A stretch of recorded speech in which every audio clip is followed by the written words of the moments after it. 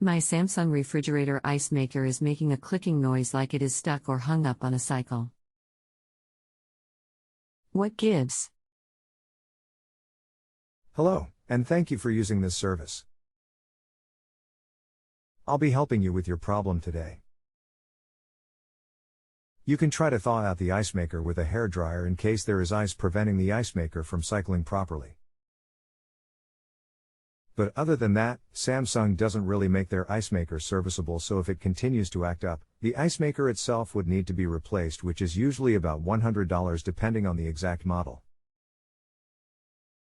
Please remember that when you are asked to give a rating, you are rating my service and not this website itself or the problem of your appliance.